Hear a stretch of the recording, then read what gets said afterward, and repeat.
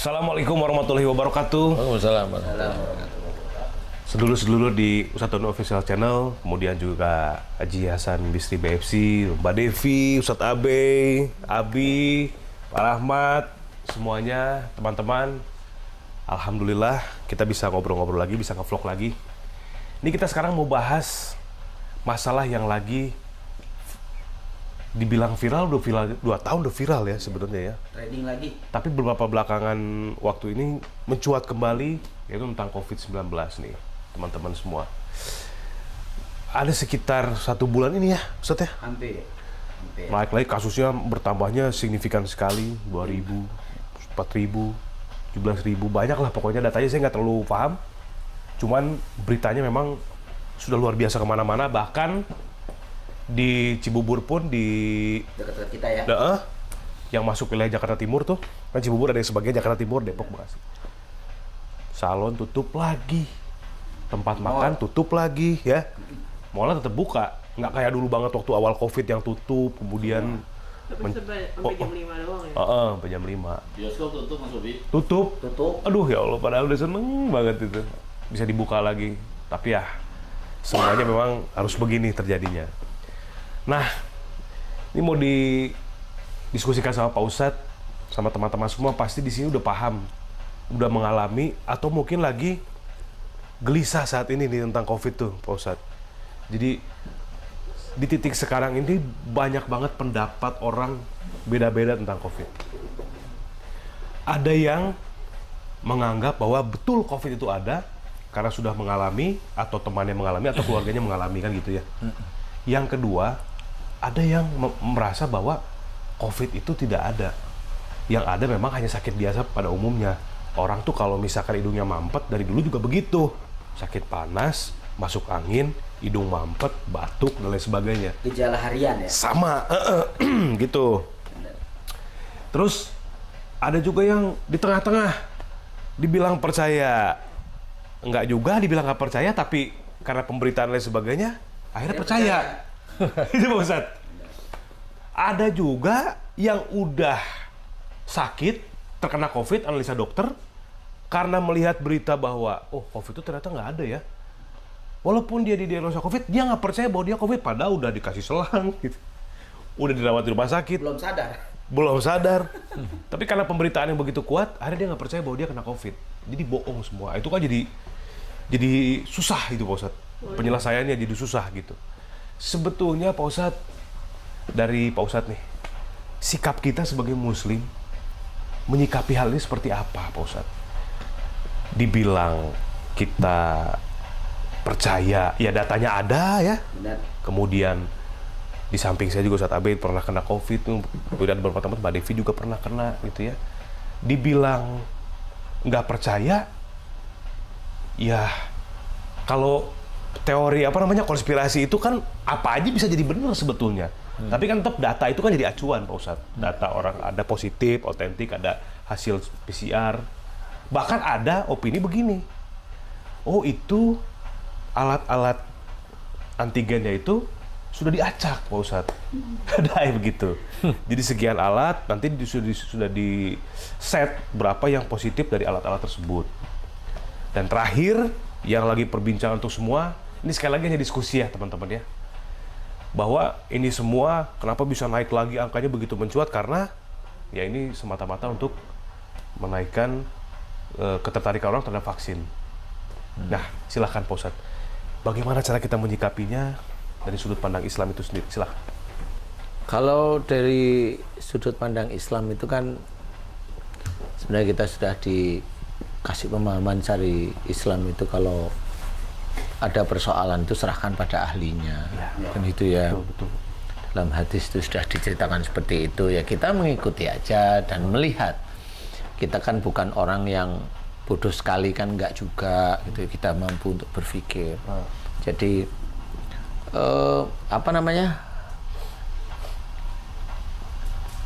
kalau ahlinya itu menceritakan iya atau tidaknya, ya kita paling tidak mendengarkan dulu lah ya. Kalau percaya langsung belum, ya mendengarkan dulu. Kemudian kan ada unsur apakah ini ada konspirasi kan kita bisa berpikir aja sih sebenarnya. Nah, kemudian kalau umpamanya ini berkembang tidak hanya cuma di Indonesia saja, malah larinya itu nggak di Indonesia, larinya itu memang awalnya dari Cina, kemudian yang lain kena. Persoalannya adalah ini konspirasi dari titik mana? Ada yang memang orang dari Amerika ke Cina meledakkan sesuatu, Cina kena ini. Itu hanya cerita biasa saja. Orang itu sebenarnya nggak seperti begitu amat. Kalaupun di Amerika juga paling banyak. Ya. Oh, karena kebocoran ini itu, aduh, itu hanya cerita. Kebanyakan nonton film Mission Impossible, jadi ya terus begitu itu. Ya. Cara berpikir, ini satu. Kemudian kalau saya melihat itu kan banyak dari masyarakat itu memang juga terkena dites, mau tes ini, mau tes itu terkena. Kemudian juga apalagi di antara kita aja ada Ustadz AB juga pernah, Ustadz Asep juga pernah, alumninya banyak, Ustadz Zaki ya, Mbak Devi, kemudian yang lain-lain, Nita itu kan kena lah ya. Nah, relatif seperti itu memang menandakan bahwa itu insya Allah ada. Cuma namanya virus kan, selalu saya bercerita, virus itu yang menggerakkan tetap Allah Ta'ala. Dan yang menggerakkan virus siapa? Malaikat. Nah, malaikat menggerakkan apa? Menggerakkan jin. Jin itu menggerakkan virusnya itu sendiri. Jadi ini memang sudah disiapkan oleh Allah Ta'ala di dunia. Nah, bagi orang yang tidak percaya virus, kita amati dulu yang ngomong siapa. Kalau tidak percaya virus. Orang yang nggak, yang ngomong dulu siapa nih? Yang nggak percaya itu. Yang nggak percaya itu, kan gitu ya. Yang ngomong ini siapa? Orangnya itu tipikalnya apa? Emosional nggak? Kaku nggak orangnya? Susah diatur apa gampang diatur? Kan itu. Secara keilmuan dia punya apa enggak? Dia suka berita-berita yang kontroversi atau berita-berita normal. Itu bisa dilihat itu, Mas. Jadi kalau seseorang yang dia suka film kekerasan, normal kalau dia itu sehari-hari itu melakukan aktivitas keras itu normal. Selalu bentrok ya? Selalu bentrok aja. Bertolak belakang bertolak aja belakang gitu ya? dengan umum istilahnya. Ya. Nah, yang tidak suka ini siapa? Ini kita menilai aja dulu, kita menilai ya, menilai kebiasaan orang itu. Orang yang nggak mau percaya virus itu siapa? Yang gembar-gemborkan itu siapa? Kan gitu. Orangnya itu emosional enggak? Itu dilihat aja. Kalau orangnya emosional, normal. Orang emosional itu kadang dia nggak pakai logika, dia pakai nafsu. Kaku enggak? Kaku itu bagaimana? Kaku itu diberi masukan itu banyak diterima atau enggak? Kalau orangnya kaku, nah berarti apa yang terjadi pada yang dia inginkan itu tidak mau melihat apa yang ada di sekitar atau orang masukkan ke dia atau orang tuanya ngasih masukan ke dia pun dia kadang nggak mau dengerin. Nah orang kaku itu seperti itu. Kemudian egois nggak dia? Kalau orangnya egois maunya menang sendiri, ini bikin masalah, ini kan egois. Berarti ini peracun sebenarnya orang ini.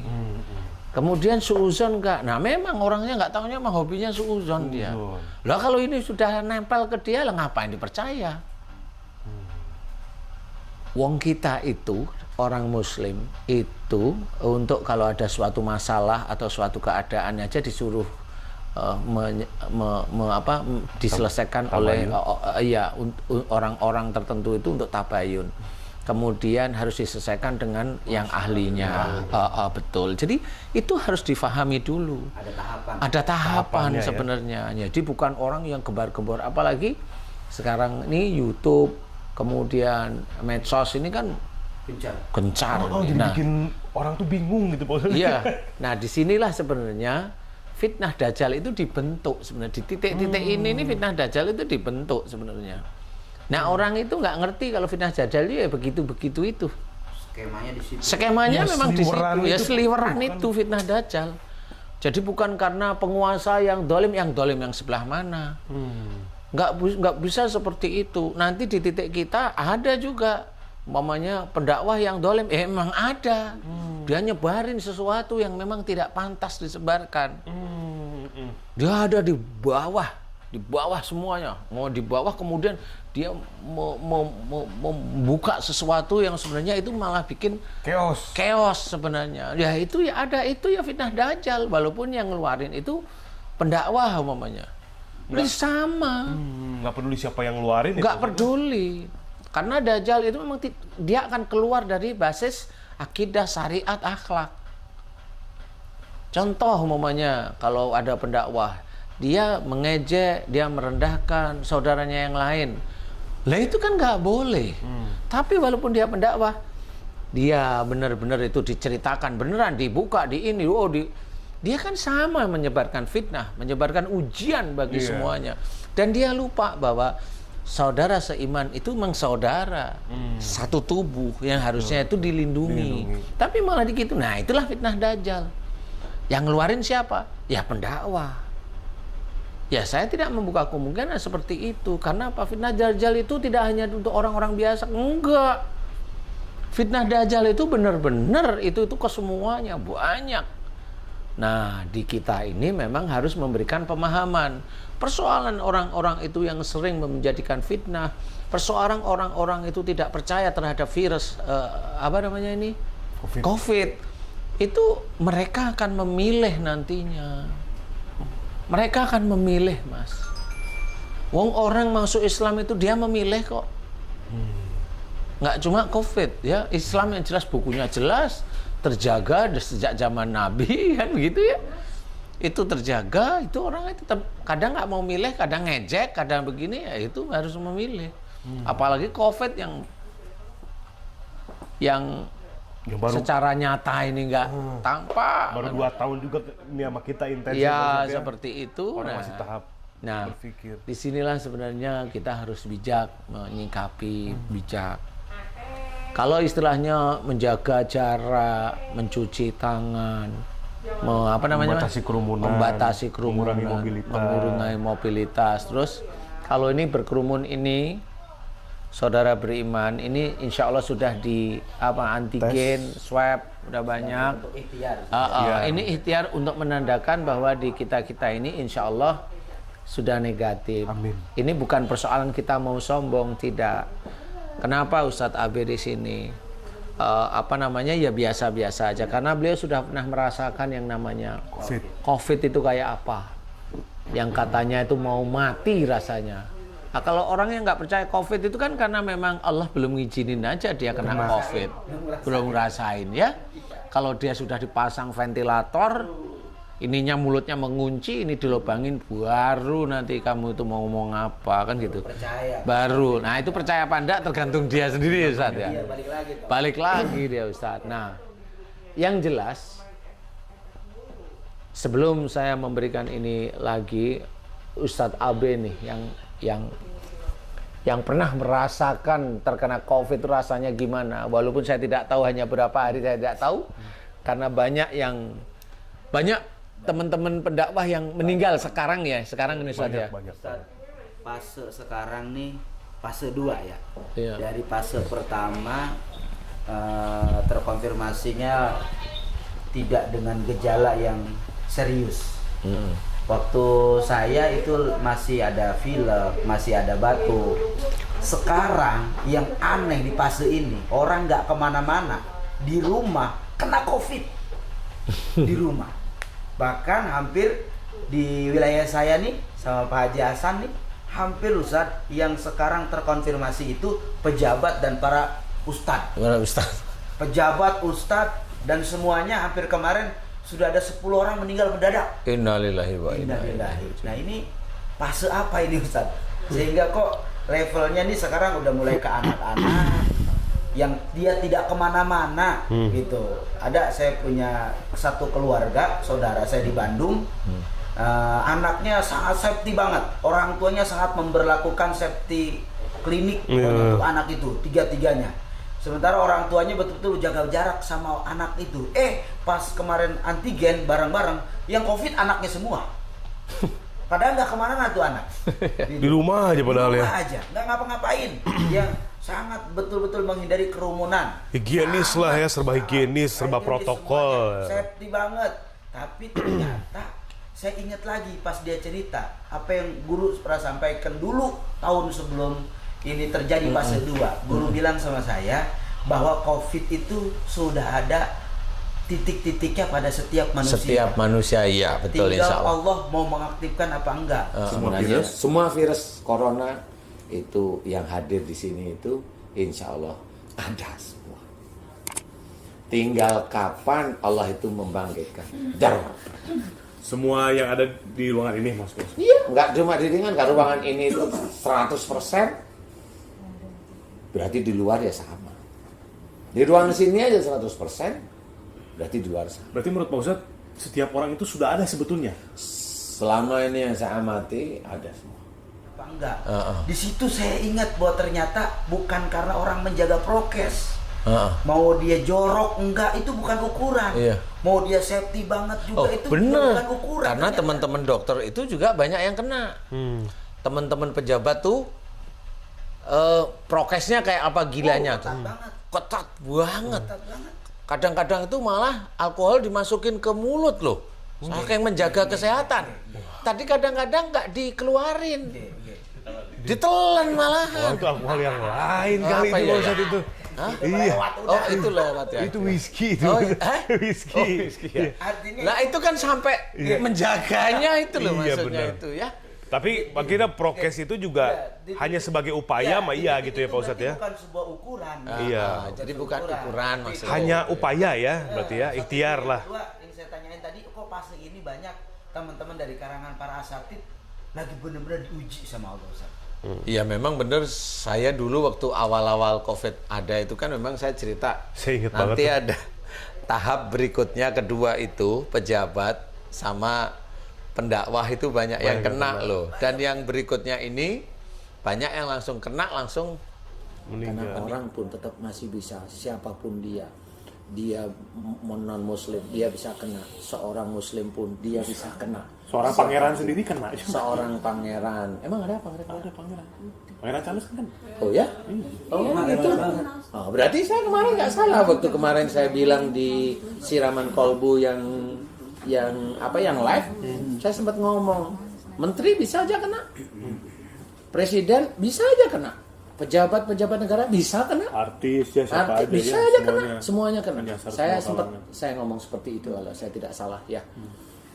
Dan jangan diledek bahwa virus ini adalah milik orang yang kumuh, nggak boleh, dosa. Oh iya, Nggak taunya ada orang seperti itu ngomong, nah, kena juga di akhirnya. meninggal. Teman saya aja dalam seminggu ini para asatid ini ustadz hampir 8 ustadz yang sudah Allah panggil duluan karena Innalillahi wa konfirmasi COVID. Di wilayah saya aja sendiri. Itu di teman kita para pendakwah MUI itu, itu kan ada tuh Ustadz Buya Nurman itu Buya juga Nurman, ya. iya. Iya. Padahal barusan WA sama saya. Ya Allah. Itu langsung ya dikabarin. Itu temen pendakwah MUI ya, di satu grup ya, sama Haji Hasan juga gitu. Nah itu juga nggak tahu, demam aja biasa terus kemudian meninggal katanya. Aduh. Iya, jadi waktu 2019 itu Pak Ustadz tuh sempat bilangnya di situ tuh, di kursi siraman kolbu, lagi kombrek. Nanti ada COVID lagi Mas ini, yang tingkatannya lebih daripada ini waktu itu. Dan ini udah yang kedua kali nih Pak Ustadz, apa yang Pak Ustadz sampaikan pada waktu itu. Ini merupakan analisa ya Pak Ustadz ya. Gambaran Analisa Pak Ustadz bahwa virus itu akan bermutasi gitu seperti itu. Iya. Kemudian sampai di titik ini. Nah, sebenarnya Pak Ustadz, ini tuh sebetulnya kalau ibarat saya pernah tanya sama Pak Ustadz, kalau main game, kita tahu lawan bosnya ada level 1, level 2, level 3 gitu ya. Nah, yang paling kuat tuh kan raja terakhir sebutnya. Raja terakhir lah gitu. Nah, ini yang sekarang ini Pak Ustadz, yang lagi booming banget varian Delta ini yang lewat papasan bisa kena. Itu Pak Ustadz level tertingginya menurut Pak Ustadz. Menurut saya belum tahu saya. Apa ada lagi? Belum ada yang membisik-bisikkan masalahnya. Tapi melihat kejadian sekarang gimana Pak Ustadz? Kalau saya melihatnya begini, kalau saya ya, ini saya sendiri, kalau salah ya minta maaf. Jadi saya melihat COVID ini adalah cara Allah untuk mengingatkan semua manusia yang ada di muka bumi. si COVID ini ya. Allahnya bukan COVID. COVID ini kan alat aja Oh ya. iya, untuk mengingatkan. Untuk mengingatkan. Jadi ini di sini adalah bencana kecil lah istilahnya menurut saya ya. Bencana kecil. Kalau bencana yang besar itu dulu zamannya Nabi Lut dimusnahkan. Langsung. Zamannya Nabi Nuh dimusnahkan. Zamannya Nabi Musa dimusnahkan. Kan gitu jelas lah ya, jelas. Nah, kalau sekarang saya melihatnya begini. Barangkali ini tahapan adalah sayangnya Allah terhadap manusia. Saya bilang manusia. Sayangnya Allah terhadap manusia. Jadi COVID ini, di mana orang di dunia ini kan yang dipikirin itu kan duniawi saja. Negara Barat itu keilmuannya, canggih keilmuannya, canggih perekonomiannya, kan begitu ya. Kemudian negara Cina canggih dalam menduplikasi perekonomian dan sebagainya. Pokoknya canggih sekali ya. Pesat itu ya. Pesat lah. Sampai negara Barat dan Cina itu mengkloning hewan itu jadi bisa sama mirip sifatnya seperti sifat indukannya. Nah, ini sebenarnya itu sudah titik-titik dia seperti Tuhan aja. Nah, oleh Allah Ta'ala dikirimkanlah salah satu tanda bahwa manusia itu harus kembali ke jalan Allah. Karena sudah banyak orang-orang mendakwahkan tuh, orang yang dakwahnya benar, baik, itu malah dilecehkan, malah direndahkan. Bukan berarti saya merasa direndahkan, enggak. Bukan berarti Islam merasa direndahkan, enggak juga sih. Cuma orang-orang itu tidak melihat lah. Nah, dari titik itulah Allah itu, ini hanya perkiraan saya, mengajak orang itu untuk kembali pada Islam. Sebenarnya. Dan ini dibikinlah bencana-bencana kecil, yaitu melalui virus. Yang orang melihat duniawi saja, itu bisa hancur dengan yang namanya virus yang kecil. Nggak nampak, nggak kelihatan. Katanya hanya bersenggolan kan gitu ya. Yang sekarang tuh. Ya. Nah di sini sebenarnya cara dunia ya hanya untuk dunia aja nanggulangin virus. Orang-orang Barat sudah mulai bebas tuh, merasa bebas dari virus. Karena orang-orang Barat kayaknya tidak kembali pada jalan Allah. Tidak kembali, jadi dibiarin dulu. Nih dibiarin nih. Kenapa orang-orang Barat? Biarin aja sama Allah Ta'ala. Nah, bagi orang-orang tertentu kayak di Indonesia ini, nah ini mulai nih dekat-dekat Indonesia atau di Indonesia ini adalah orang yang memang penduduk agama Islamnya itu cukup besar, tinggi. Kedua lah ya. Nah, dengan keadaan tinggi inilah ini masih dipolemikan oleh Allah Ta'ala. Dan di situ nggak cuma masalah virus saja yang masih berkembang. Orang-orangnya itu sendiri bikin masalah. Kenapa kematian di Indonesia saat ini tinggi? Ya karena memang kondisinya seperti itu, satu. Yang kedua adalah emosionalnya orang Indonesia itu tinggi sebenarnya. Iya. Baru ketahuan setelah ada sosmed.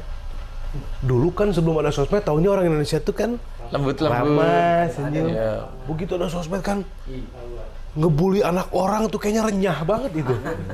Bener nggak mau maksudnya? Habis-habisan ya. Jago loh ini jempolnya. Baru kelihatan. Anak-anak SMP, SMA itu jago-jago ya. Jago-jago Pak Ustadz. Ya rata-rata di umur-umur segitulah ya. Iya, dalam hal bully-membuli bahkan kita dapat cap negara paling tidak sopan netizennya. Di medsos. Dari Microsoft. Negara Microsoft ya dibully juga. Iya, habis. Sampai tutup kolom kom. Gila perusahaan segede Microsoft. Bully. Panas loh sama ini. Negara yang tidak punya etika dalam dunia medsos. Iya. Memang begitu. Berarti sebenarnya Indonesia itu termasuk, mohon maaf ya, zaman dulu itu Arab lah ya. Kenapa turunnya agama Islam Quran itu di negeri Arab? Karena memang ya kali ya jahiliyah itu sendiri. Ya, betul, nah sekarang kok Indonesia baru muncul saat ini. Lah ini mau ada apa ini Indonesia ini ya? Ada nabi. Ya, nggak mungkin Pak Haji. Kalau istilahnya Al-Mahdi besok kan di negara Arab ya. Cuma di Indonesia ini loh mau ada apa ini? Kok ini jahilnya itu jahiliyahnya sekarang, jahiliyah itu baru muncul sekarang ini gitu. Mudah-mudahan Allah menempatkan Apa lagi begini, Ustaz, kali ya? seseorang Bahwa ya. Mungkin jadi negeri ini kan negeri yang begitu banyak populasi umat Islam. Nyatanya ini perkiraan gitu. Hanya pada frekuensi nilai yang banyak aja gitu. Kuantitasnya nggak ada gitu. Jadi cuma Kualitasnya nggak ada. mayoritas besar, tapi Kualitasnya keterwakilannya kurang. rendah. Kualitasnya kurang ya. Bisa Bisa. mungkin. Ya mungkin. Mungkin ya betul. Mungkin. Iya gitu. Isinya buih ya, bener Pak Haji, bener. Agamanya namanya besar gitu, tapi nilai yang terkandung dari agama itu nggak ada gitu. Jadi Kurang, sangat gini kali Pak kurang Ustadz ya, lah ya. orang Benar, orang itu banyak yang merasa soleh ketika orang tersebut sholat, puasa, dan melakukan ibadah. Padahal itu standarnya orang Muslim kan itu, bukan berarti dia soleh kan? Belum. Karena standarnya memang begitu kan? Iya, standar mata manusia Iya aja. sholat kan begitu ya. Heeh. Kemudian mengerjakan apa puasa dan lain sebagainya, Senin Kemis apa.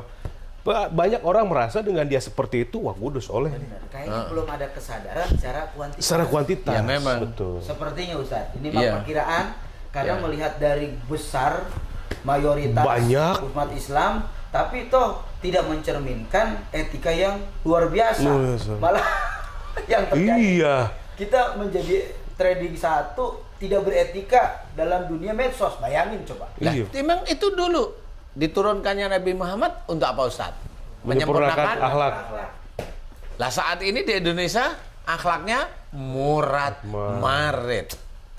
Nah ini mau ada apa nih Allah ini? Saya juga nggak tahu nih. Karena begini nih biasanya nih. Kalau yang saya amati banyak pendakwah yang keluar di YouTube atau di medsos itu memberikan kajian secara teori boleh lah ya. Tetapi pada saat memberi kajian akhlak jarang. Kajian akhlak ya Ustadz ya, sangat jarang. Kalau memberikan kajian akhlak secara teori bisa. Nah, ini ya secara teori bisa. Tetapi menjadi imam tentang akhlak yang Baik. itu jarang. Sampai orang paham ya Pak Ustadz? Sampai orang Sampai paham, orang, oh, sampai gitu. orang itu menilai orang tersebut, imamnya itu, oh baik beneran. Iya. Bukan karena tuannya, bukan karena dia itu tenangnya. Padahal orang itu mamanya dia bisa emosi, tetapi dia santai. Belajar untuk tidak emosi. menahan. Dia bukan orang yang kaleng-kaleng mamanya seperti itu. Tapi yang seperti itu memang susah. Kenapa susahnya? Nih yang saya amati seperti itu. Kadang merongrong saudaranya yang lain, nggak cocok persoalan tafsir, Marah. wow, begitu. Ini kitanya udah bener nih. Yang komennya beda. So bener lu. Iya. Pinter lu. Lah, itu. So paling bisa lu. Iya. Emang lu doang begitu. Padahal kalau mamanya yang bilang begitu, suruh aja kembali dia cerita kan gitu ya, menyamain cerita ini. Jadi standar itu kan begitu ya. Kalau orang push up, dia push up sampai 500 kali push up, kan nggak bisa. Sok jago lu, bukan begitu kan kata-katanya. Dia push up juga 501 aja. Benar. Baru gitu loh kelihatan. Tapi kalau hanya cuma Perangnya ngomong, beneran. lah iya gitu. Perangnya beneran di titik itu. Kalau hanya asal ngomong itu kan nggak bisa. Tanda tak mampu ya Pak. Tanda tak mampu. Banyak bicara tuh sebetulnya bisa. Padahal jadi- persoalannya bukan di medsos aja tanda tak mampu. Nanti di akhirat itu jelas loh orang-orang seperti itu dia akan disikat oleh Allah Ta'ala. Dan apakah betul dia itu besok masuk surga? Kalau yang kita kita bicarakan tentang ayat Quran, kemudian dia tidak mau memakai, itu udah dianggap kafir oleh Allah Ta'ala. Allah loh ya. Kalau kita sih tetap menganggap itu saudara. Kalau Allah sudah menganggap kafir, kapan mau masuk surga? Benar Pak Ustadz. Kagak ada. Nah, disinilah sebenarnya apa yang tadi di medsos begini, saya malah baru tahu loh ini. Saya malah baru tahu. Saya nggak tahu karena memang saya nggak main medsos. Iya, Pak Ustadz, Saya gitu. main sosmed. Sama. Balik doang. Nah, inilah yang sebenarnya jadi istilahnya kalau kita bikin YouTube itu Ustadz, itu kan memberikan kajian ilmu. Kayak COVID mamanya saat ini memberikan kajian ilmu. Coba. Ini yang saya nggak terlalu sedih, cuma saya menambahkan pemerintah itu menyuruh untuk mencuci tangan, tangan. menjaga Menjaga jarak. menjauhi kerumunan, membatasi mobilitas, pergi-pergi, memakai masker. Jarang sekali pemerintah atau pendakwah itu mengajak jangan marah, itu belum pernah loh saya. Terus sampai mana? 7M tadi Pak Ustadz. 7M. Nah, menahan emosi, harusnya masuk tuh ke ya, jadi protokol. teman-teman pejabat termasuk kesehatan itu karena selama ini saya mendengarkan TV ya, di TV nasional itu, kemudian ceramah teman-teman dakwah itu jarang sekali atau belum pernah saya itu mendengarkan janganlah marah, hindari marah, itu jarang. Padahal itu sederhana. Itu sederhana yang sering kita dengarkan, la taghdab walakal jannah. Itu kan sederhana Ustadz. Iya. Ringan banget. Ringan, tetapi kalau kita amati jangan marah bagimu surga, itu kan sebenarnya Allah menyampaikan untuk Rasul melalui malaikat Jibril itu jelas. Kalau orang nggak marah baginya surga. Kalau orang marah baginya neraka. Kan sebenarnya hanya begitu aja caranya. Simple. Cuma jarang. Katanya orang tertentu, kelompok tertentu, mana mungkin sakit itu dari marah. Lah, emang terjemahkan aja itu. Tafsirkan aja hadis itu. Gimana maksudnya hadis itu? Ya, so, kalau umumnya, wah hadis itu ya itu aja kan gitu. Oh, ya berarti kamu nggak berkembang cara berpikir. Benar. Kan begitu ya. Jadi bukan doktrin sebenarnya. Itu benar, hadis itu berhubungan dengan banyak sekali ayat-ayat Quran. Jangan sampai kita itu ada persoalan hari ini tidak berhubungan dengan yang dulu-dulu lah. Orang itu kan begitu. Orang Islam itu kan semua itu terkait. Sejak akhir balik. Sejak akhir baliknya itu terkait bayang terus dosa itu, yang Ustaz. dibikin, ya Allah. Jadi benar-benar itu terkait. Jadi istilahnya kalau di dalam istilahnya Allah itu meniupkan ruh, nanti mulai rezekinya, kemudian jodohnya, kematiannya ditata, istilahnya ditentukan oleh Allah Ta'ala. Menurut saya ditentukan itu ya melalui Quran itu. Jadi kalau dia itu berbuat baik, kenapa di dalam kalau ditentukan, kenapa kalau di dalam Quran kita itu disuruh menyembah Allah, disuruh berbuat baik kalau Allah menentukan? Kan begitu. Kalau Allah menentukan dia orang matinya kena COVID, maaf nih ya. Oh, saya takdirnya kena COVID. Ya kenapa dulunya dia itu masih emosional, menyimpan marah dan sebagainya? Coba mengingat jangan marah, jangan ini, kan bisa takdirnya beda. Betul. Ya, karena yang bisa merubah takdir itu ya kita sendiri. Tapi bukan takdir yang dirubah terus akhirnya sampai kemana. Enggak, memang kita yang merubah takdir itu maksudnya dari yang sesuatu yang buruk, yang nantinya terjadi buruk, Kita rubah menjadi baik gitu Pak Ustadz. iya, kalau kita melakukan kebaikan yang dianjurkan oleh Allah Ta'ala, termasuk ibadah itu juga kebaikan, nanti takdirnya kan baik. Amin. Termasuk sehat itu kan takdir baik. Baik. Atas apa yang kita lakukan, buah tangan kita sendiri itu Pak Ustadz. Iya, buah tangan kita sendiri itu ya itu. Seseorang dia akan mau meninggal, nanti meninggalnya di akhirat dia masuk surga, itu bukan ditakdirkan oleh Allah Ta'ala dia besok masuk surga. Itu mah Nabi. Kalau Nabi udah jelas. Dan kalau manusia, manusia itu masih semaunya sendiri. Aduh. Ya, sanitizer dipakai di tangan. Dia nggak mau kalah, dikumur-kumur, nggak mau kalah lagi, ditelan lagi, kan gitu. Jadi menambah penyakit baru ya. Nah, Jadi bukan ilmu yang dipakai. iya, nih Pak Ustadz, kembali lagi ke kita ke belakang lagi ya tadi yang COVID. Kalau begini gimana Pak Ustadz? Maksudnya pemikiran begini menurut Pak Ustadz bagaimana? Udah, apapun yang terjadi, semua ini kan kehendak Allah ya Pak Ustadz ya. Ini kan COVID ini kan sebetulnya wasilah ya, perantaranya kan gitu ya, atas apa yang ingin Allah berikan kepada manusia. Kalau begini bagaimana? Misalkan kita berpikir bahwa ketika orang itu, misalkan kena COVID nih, oh ini ujian dari Allah, berpikir ke situ. Boleh. Ujian dari Allah. Ketika yang tidak kena COVID juga itu merupakan ujian juga dari Allah, sejauh mana dia Ujian bisa aja dari Allah Ta'ala menjaga hatinya. Karena gini, kita tidak punya kemampuan untuk melihat virus itu kan kecil sekali. Iya. Kemudian untuk melihat berita yang begitu banyak berkembang di masyarakat juga kan rumit ya.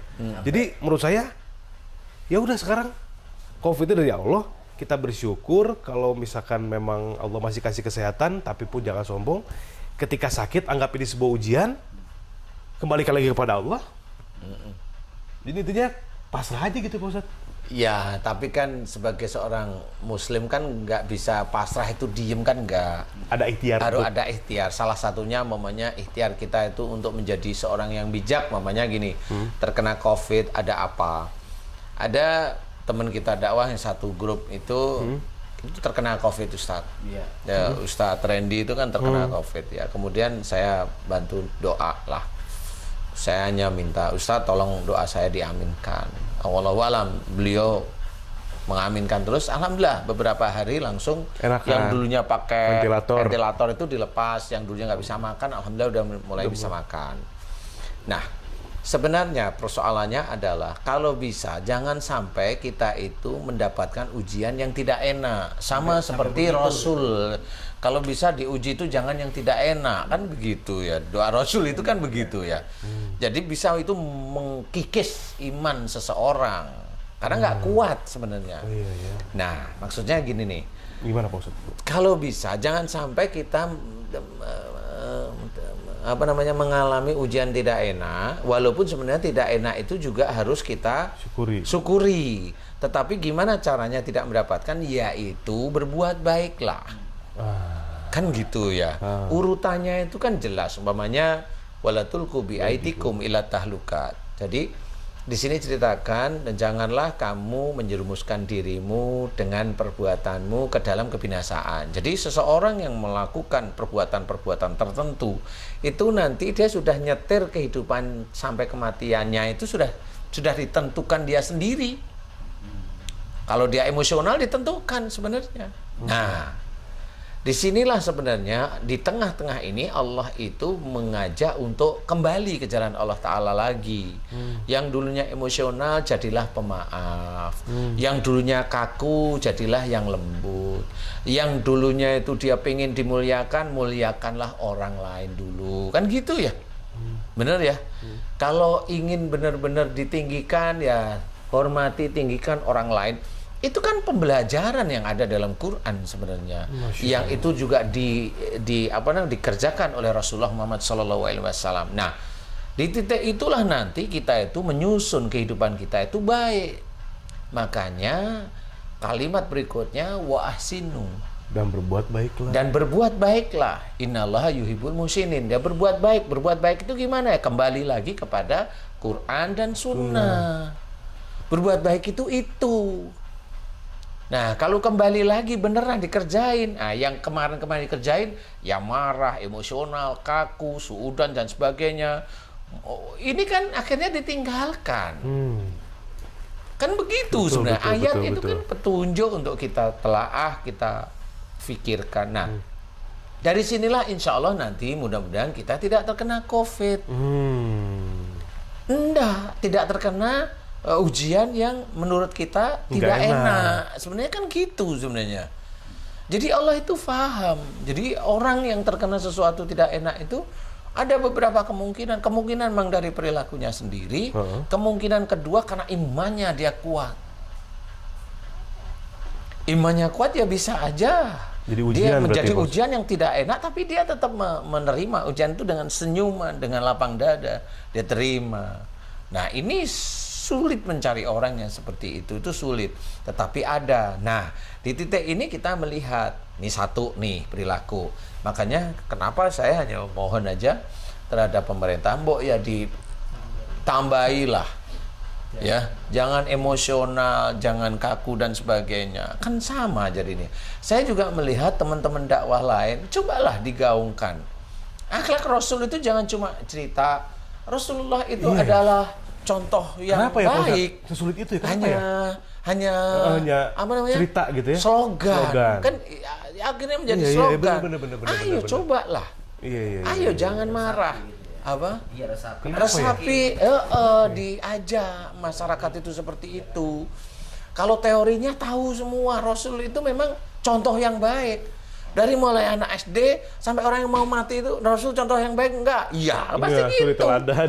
Iya, suri teladan. Iya, gitu. Tapi nggak diikutin apa yang contoh yang baik, apa yang dikerjakan Rasul itu nggak diikutin. Nah, inilah akhirnya menjadi Indonesia termasuk berkecamuk, virus ini masih di situ. Karena memang kalau saya amati ya seperti itu, ya nggak apa-apa, silahkan, wong semua nafsi-nafsi memilih kan gitu. Iya. Nah, dari titik itu oke. Kemudian ada juga orang nih, di luar orang yang dia punya ilmu agama yang cukup lumayan paham ya, orang nih. Saya dengerin kemarin ada nge-zoom di instansi tertentu, dan itu dia seorang profesor, saya dengerin cerita tentang COVID. Itu nggak ada Allah-Allahnya sama sekali. Nggak ada Allah-Allahnya sama sekali. Nah, di situ ini menurut saya, ya saya tidak tahu ini profesor apa, saya juga tidak tahu. Dan di situ juga kayaknya orang-orang yang punya pendidikan tinggi, yang agamanya juga cukup bagus, ya haji dan sebagainya. Tapi di titik itu dia merasa, dia sendiri COVID juga masih bingung. COVID ini datang mendadak, emang dia bisa bikin apa namanya, bikin vaksin? Kan enggak. Vaksin juga membutuhkan waktu untuk dia bikin, dan dia juga menunggu dari Cina atau dari Amerika kan. Masih gitu. terus dalam tahap pengembangan ya Pak? Dalam tahap pengembangan, karena virusnya juga nggak mau kalah. Emang lu aja yang bisa itu. berkembang kan gitu. Virus ini untuk vaksin ini untuk virus yang ini nih. Yang datang baru belum kan gitu. Iya. Nah, di sini orang itu nanti ada orang yang di luar agama atau bagaimana, dia tidak terkena. Dia pasti ngomong nih, karena saya higienis nih. Saya menjaga, saya tidak ini, saya tidak ini. Orang otaknya begitu. Coba kalau kita lihat dari sisi agama kita, berarti dia kan merasa apa yang dia lakukan, ikhtiarnya itu kan benar. Padahal dia itu diberi kenikmatan oleh Allah Ta'ala kan belum finish. Dia baru aja, yang lain kena, dia belum kena. Belum finish. Nah, di titik itu sebenarnya ujian bagi dia, menguji apakah dia menuhankan otaknya. Kalau dia sudah higienis, itu yang menjadikan dia tidak terkena virus. Kalau dia jawab iya, saya bilang enggak, kamu bodoh. Yang bikin kamu berpikir itu siapa? Otakmu, kepandaianmu? Ya, saya jawab iya. Betul? Terus yang nyiptain otakmu siapa? Allah. Kenapa kamu nggak ada Allahnya sama sekali? Yang nyiptain otakmu itu siapa? Allah sudah. Kan gitu kuncinya. Kenapa nggak kamu sentuh Allahnya? Kita itu sebenarnya manusia tinggal seperti karung aja biasa. Isinya itu sebenarnya Allah. Mata kita bisa melihat atas izin Allah. Allah mengizinkan banyak malaikat di mata kita. Jantung kita berdegup itu atas izin Allah. Kenapa? Karena jantung kita ada malaikat yang tetap diizinkan oleh Allah Ta'ala begini. Coba kalau ada malaikat yang tugasnya dia itu mengunci darah di pembuluh darah jantung, mengunci darah, mengumpal, zet, jantung langsung, orang langsung mati gimana? Mana orang tahu? Nggak tahu. Padahal malaikat yang lain dia menyusup karena apa? Karena dia emosional, nggak tahunya. Nggak tahu dia. Di semua tubuh manusia ini, kita ini banyak sekali malaikat. Yang menjadikan dia melakukan operasi berhasil siapa? Dia, bukan Allah. Kenapa? Lah yang menciptakan tangan dia siapa? Allah. Betul ya? Betul. Otaknya dia Allah. Mempelajari apa? Dia Allah. Dia lahirkan atas izin Allah. Nah, masa dia itu mengoperasi sesuatu itu, ini saya, mana Allahnya? Nah, di sini yang dianggap menuhankan dirinya sendiri. Ya.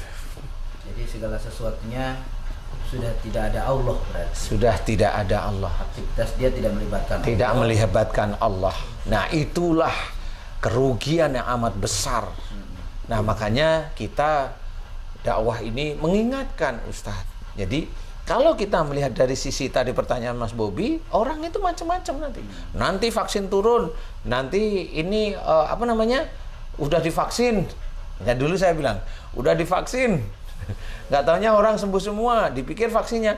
Enggak, vaksin itu hanya ikhtiar aja. Nanti ujian lagi maksudnya. Nah, ujian lagi. Kalau menganggap vaksin itu hebat juga nggak bisa juga. Lagi. Nggak boleh kita seperti itu. Tauhidnya nggak ada lagi. Tauhidnya nggak ada lagi. makin hilang malah kalau Iya. berpikir di situ. Vaksin itu ikhtiar sama seperti makan. Oke. Makan itu ya ikhtiar kita agar kita itu tubuh kita bisa bergerak dan sebagainya untuk secara fisik. Iya. Ya. Jadi Posat, yang menariknya, wala tulqu bi aydikum ila tahlukat itu berarti masuk ke semua sisi menjadikan itu kebinasaan itu termasuk salah satunya COVID. Iya. Ketika orang tersebut melakukan sesuatu yang Allah tidak sukai. Iya. Contoh marah Iya. dan sebagainya. Iya. Kemudian berbuat baiklah Iya. serta mengerjakan amal soleh. Iya, benar. Berbuat baik ya Pak Ustadz. Heeh. Kalaupun itu sudah dikerjakan tapi tetap kena, itu ujian untuk orang yang sudah berbuat baik. Udah berbuat baik, karena jelas dia tidak mungkin berbuat baik hanya di minggu-minggu ini.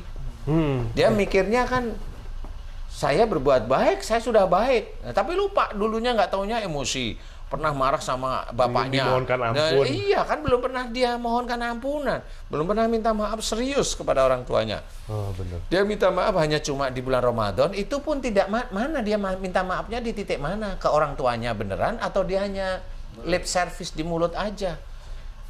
Kan tinggal maafin ya, mana ini sama ini nggak sinkron loh Mas. Tapi gini, kalau Pak Ustadz, minta maaf itu, kalau Pak Ustadz bilang, kenapa ya orang itu sulit menerima bahwa sakit itu dari marah? Saya ada satu contoh. Ada seorang ibu bertanya, ini anak saya kenapa begini ya? Akhirnya saya coba bantu jelaskan dari referensi ilmuannya Pak Ustadz, disertasinya. Salah satunya anak itu kalau menstruasi sakit. Sakit luar biasa gitu, sampai ke dokter. Saya bilang, apa ada kejengkelan sama ayah? Ya betul, gitu kan? Salah satunya Pak Ustadz ada kejengkelan sama ayahnya. Anaknya perempuan. Kemudian kalau laki saya curiga malah. oh iya, saya juga nggak akan jawab, saya tinggalin. Kalau laki komen itu gimana itu ya? Iya. Terus. Nah, kemudian saya referensikan untuk menonton tayangan Pak Ustadz di YouTube dan sebagainya. Akhirnya ibunya itu bingung gimana ya saya jelasin sama anak saya. Berarti anaknya ini kan emosional Pak Ustadz. Sampai ibu itu bingung cara menjelaskannya. Sampai istighfar, astagfirullahaladzim ya Allah. Ibu kenapa bingung? Ini mah Al-Quran. Di hadisnya juga ada. Jangan marah. Ya tapi, nah itu gimana tuh Pak Ustadz? Kalau orang tua sudah seperti itu dosa nggak di hadapan Allah Pak Ustadz? Ketika bingung menyampaikan itu dosa yang mana? Ya ketika ibunya tuh kayak, aduh gimana cara nyampeinnya? Aduh saya takut anak saya begini marah. Sampein aja nggak apa-apa. Sebenarnya itu kan tugasnya orang tua, iya, tetap kan? tetap mendidik anaknya, apalagi cewek kan. Anak itu kan keluar itu kan setelah dia menikah. Kalau cewek lo ya. Betul. Nah kalau masih belum menikah ya orang tua masih punya tanggung jawab. Iya tanggung jawab. Nah, jadi maksud saya tuh antara orang tua dan anak aja untuk menyampaikan keilmuan itu. Kalau ini ceritanya Mas Bobby, saya malah berpikir ini anaknya emang kayaknya kurang ngajar deh beneran. Sampai ibunya aja nggak berani nyampein kan gitu ya. Itu bener. Ini anaknya kurang ngajar. Biarin aja kalau menurut saya. Masih tanya gimana ini? Lah saya nggak pernah punya pikiran. Yang penting momennya sudah diberikan, kemudian itu memang harus dikerjakan. Karena yang namanya sembuh itu bukan instan seperti kita makan pisang goreng kemudian kenyang, nggak seperti itu. Ada prosesnya. Ada prosesnya sebenarnya. Ada orang ini memahami tentang orang tua si anak ini. Ada proses dia itu tahu tentang agama, ilmu-ilmu agama.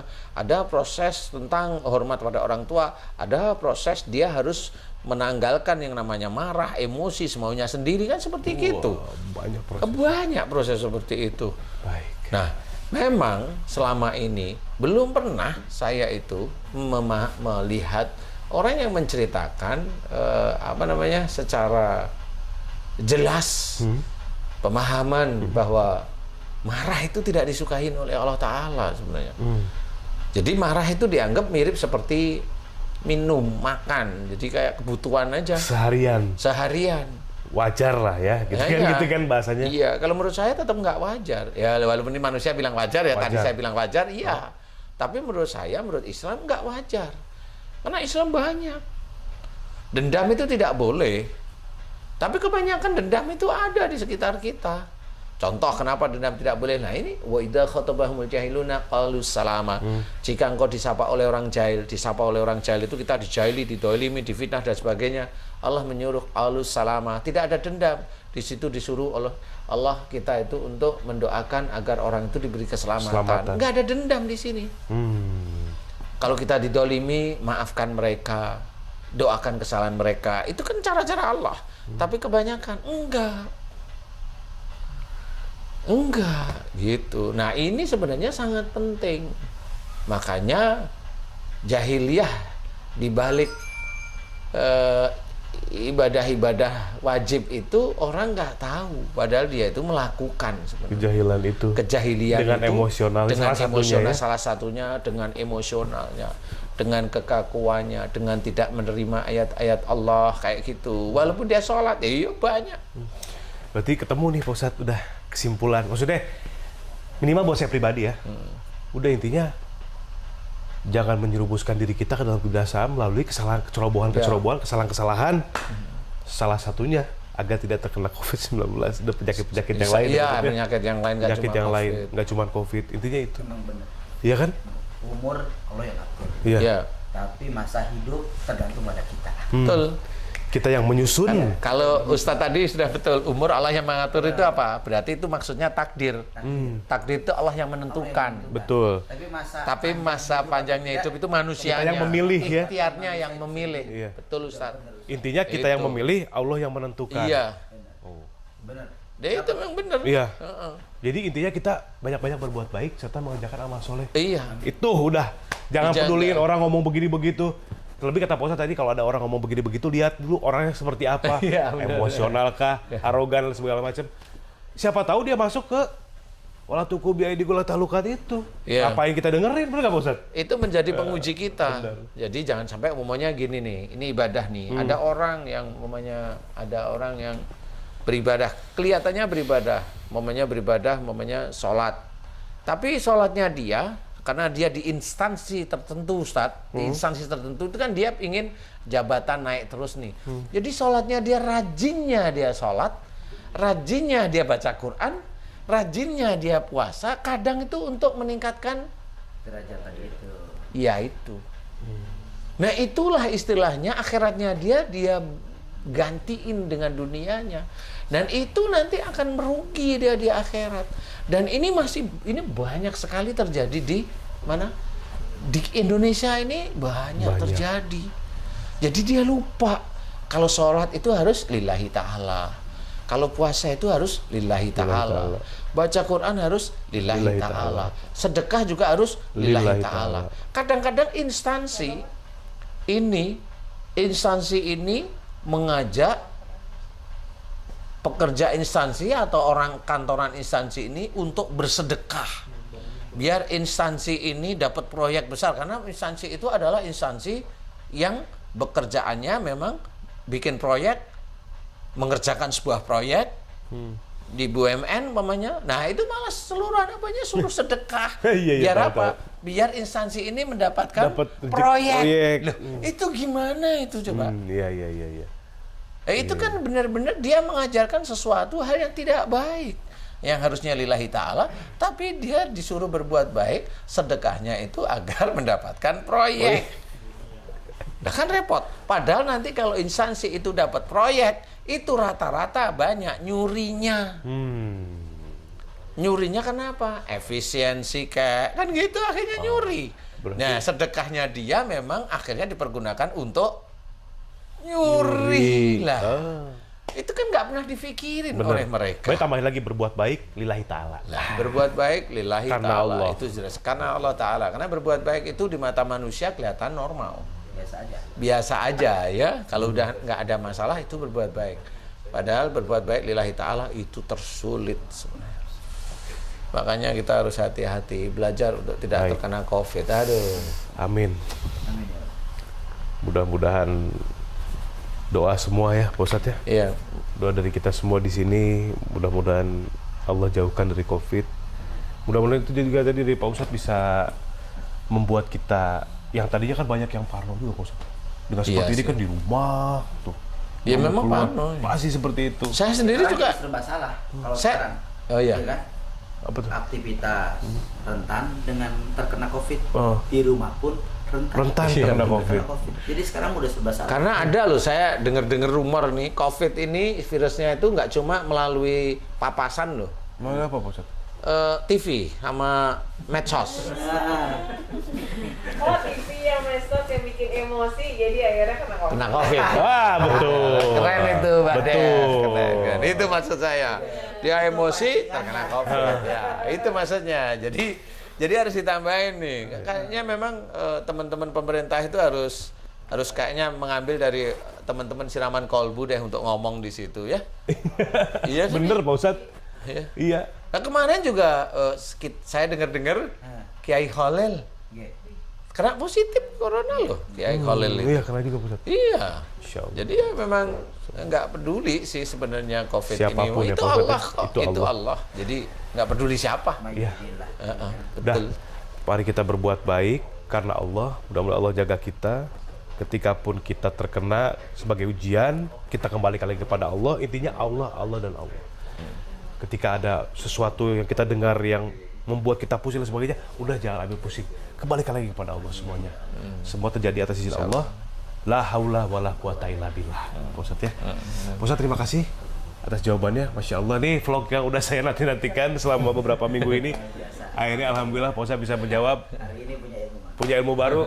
Terima kasih juga buat sedulur-sedulur Sadano Official Channel, Pak Haji Hasan Bisri, Mbak Devi semua, Pak Ustadz Abe, Joy, thank you semuanya. Makasih sekali lagi Pak Ustadz Dano. Sampai ketemu di vlog selanjutnya. Assalamualaikum warahmatullahi wabarakatuh. Waalaikumsalam warahmatullahi wabarakatuh. Keren.